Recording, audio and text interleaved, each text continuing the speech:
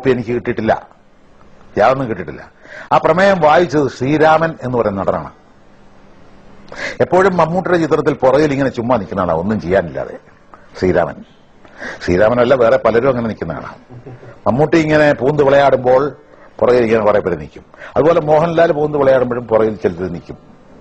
പക്ഷെ അവർക്ക് എന്തെങ്കിലും ചെയ്യാൻ കാണും, കാരണം എല്ലാവരും ഒരു നടനാണ്. അതുകൊണ്ട് വെറുതെ നിൽക്കുന്നത് കണ്ടല്ല അദ്ദേഹത്തിനും പിടിക്കാതെ വന്നേക്കാം.